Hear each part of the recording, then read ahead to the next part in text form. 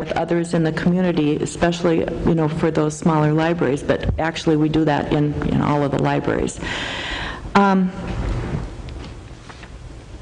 What to do with the Arden Hills Library has been precipitated by the physical condition of the building. And you know, we've had this discussion. I know the county board has had this discussion over the years. You know, it's been discussion: should we tear it down, build a new one, remodel it? You know, what needs to happen? And after much discussion, the conclusion was that it would be better not to rebuild it, not to restore it or fix it, but instead look for a different location, look for an alternative in the community that would be a collaborative or a partnership with others. And I want to mention that Susan Nemitz just has worked really hard, along with other members of the library staff, in terms of exploring possible partners.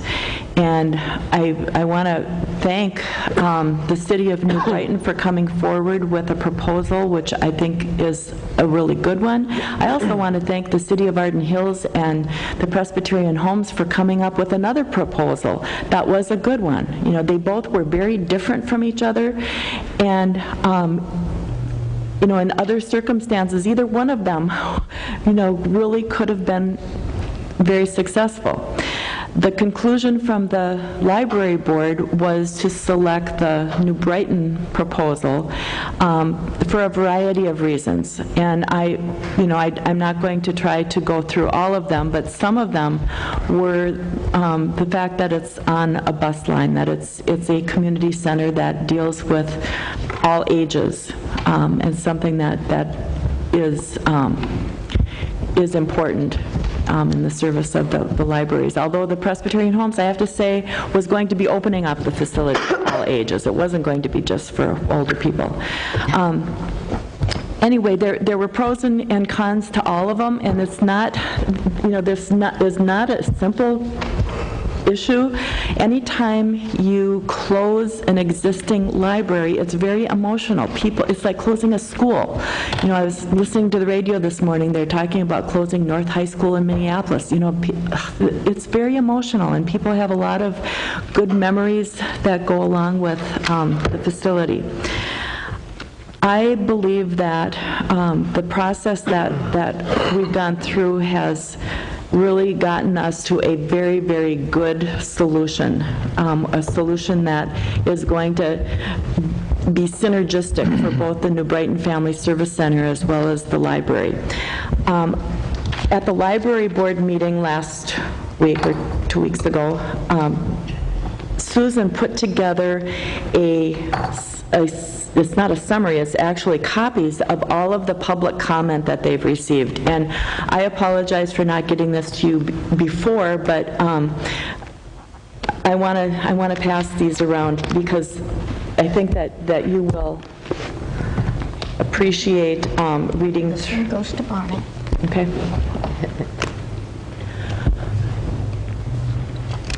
You already have them? In addition to the strategic planning process, which involved public comment, once the library board identified the three options, which were basically not having any library service in the area and encouraging people to drive to other libraries for services, or the Presbyterian Home site or the New Brighton site, we solicited input both at the Arden Hills Library and online. And I think that the extent of the public engagement in this process is phenomenal. It speaks to the importance of library services in the community, that people would sit down and take the time to write.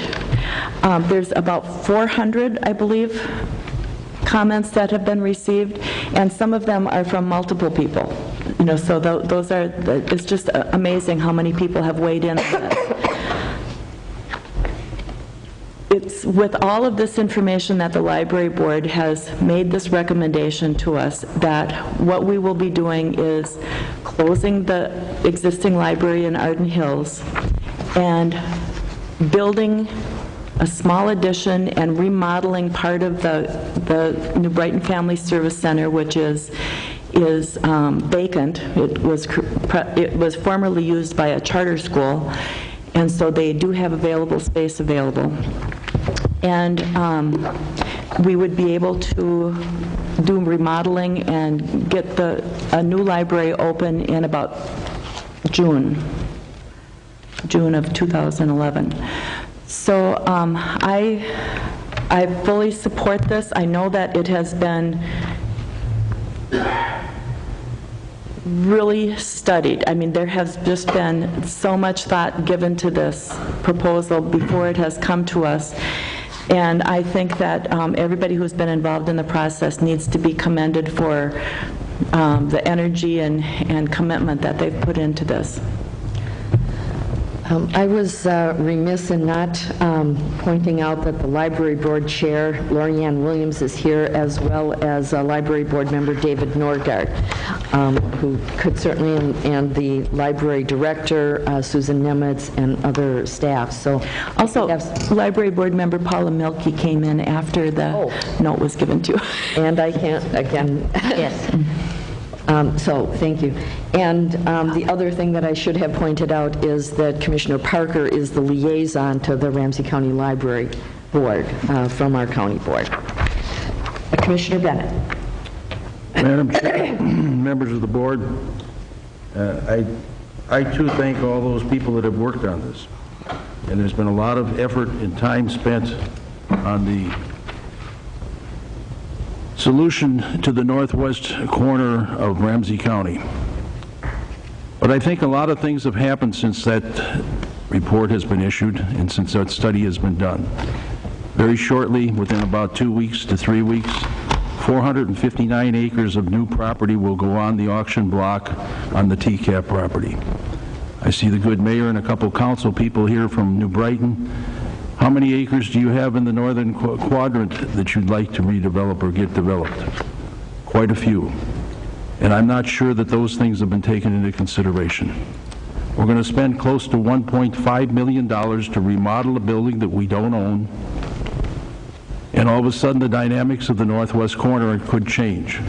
We've heard from our own people here, from our librarian, libraries are changing.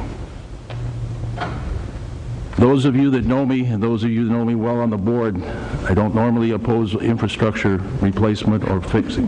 True. But I think it should be done in a wise manner. Even if something comes up at the last minute. To my knowledge, there is nothing that has broken down totally in the Arden Hills Library. Yes, things could happen. It doesn't need future replacement, yes, but it doesn't need it today. We moved out of the Roseville Library into a rented space in a very short period of time, had it operational. There's nothing saying we can't do that in Arden Hills. The City Council of Arden Hills unanimously passed a resolution, am I correct, City Administrator? Opposing, from Arden Hills, opposing the closing of, oh, there's Councilwoman Fran Holmes. You passed a unanimous resolution? 4-1, okay. They're asking for a time delay. I represent Arden Hills, I represent Mounds View, both of which are affected by this library. I too think that we need to be looking at what can happen in the future. We talk about a bus line out there. The bus runs twice in the morning and twice in the afternoon. I don't think I want to spend all day at the library, especially if it's a smaller library.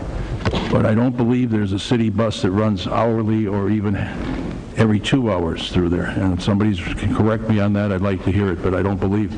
Is there a bus that runs every day through there? How often? Yes.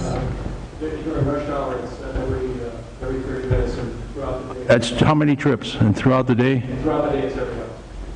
Every hour? Okay. I was told it was twice in the morning and twice in the afternoon. I used to ride the bus. 141. Okay. I think we're spending money that At this time and stage, in 2 years, we're going to be spending it, 3 years, we're going to be spending it again. I had hoped that at some point in time, we could look at closing both Mounds View and Arden Hills Library and combining them into one efficient library using both staffs to make it functional. At one point in time, we had been talking amongst a couple of the mayors and the people out there, and we had pretty much of an agreement that while we didn't want to close Mounds View, we didn't want to close Arden Hills, that if we could end up with something like Maplewood ended up with something like Roseville, and by the way, these are Ramsey County libraries. Why they were named after cities, I have no idea. As far as moving the Arden Hills Library to New Brighton, it's only a mile apart. That's not my objection as far as the location. The Presbyterian Homes, I think, was a bad location. But as far as these two libraries, it's 1 mile apart. We're spending $1.5 million to remodel a building. We've got to add additional parking. We've got no guarantee that there'll be parking by the door. And we've also got some problems inside, I hope, that are going to be addressed in the contract. It's a party room in there. I spent a lot of time. I have 9 grandchildren who have used the Eagle's Nest on a very regular basis. And, of course, Grandpa and Grandma didn't have much to do while they were there except wander around the building. So I know the building fairly well. I've tried parking there on days when it's busy and it's very hard. That lot fills up very fast. The location, like I said, whether it's in Arden Hills or whether it's in Brighton, they're both about the same. They're 1.1 mile apart. And there's a direct road to either one of them. But I think to go forward today, spending almost $1.5 million, if all that's needed, to save $150,000 in operating costs and a one-time $300,000 cost is not a wise investment of money with all the properties that have to be developed and could be developed. Hopefully some very nice things could happen in that TCAP property and up in the northern quadrant, and that's a lot of property in that area to be developed. And then there's a lot of other property up there that I'm sure is going to open up if the developments are done right in those 2 pieces of property. With that, I intend to vote no on this, represent the city of Arden Hills and their vote, and I wish my colleagues would join me and postpone this for about a year so we can study it a little bit further and see what the impact is going to be with the redevelopment in all that area. Thank you.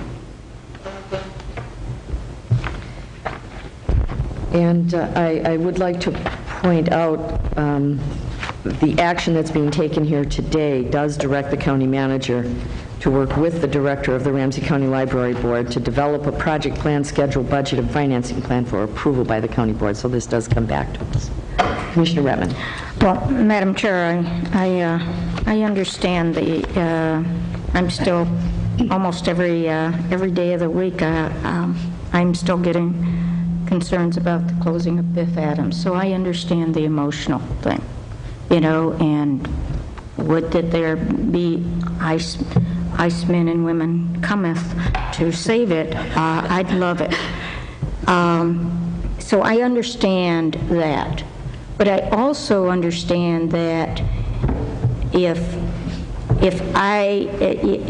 in reviewing the information is in order for the Arden Hills, or for the current site to continue, we would have to make some infrastructure decisions this year or for next year. It's sort of like when we had to make a decision on the landmark roof. We have to make some of those decisions. And is that putting in good money when you know in a year you're going to do something different? So is that good money? I think 3 things. One is we should get a copy of the RFP before it comes back with just a recommendation, because it just says that. Mm-hmm. I think in the financing, if I recall correctly, the North St. Paul facility sale proceeds had been sort of laid over for a year or something like this, and they had extended theirs, of whether or not that money's real or not, whether or not we're going to need the bridge loan, all of those types of things. I also think that, those are my request list, because mosquito control, for example, has a building, you know, that they are hitting the same threshold. And it's like, we'd love to put it on the market. We've had it on the market. There's no nibblers that necessarily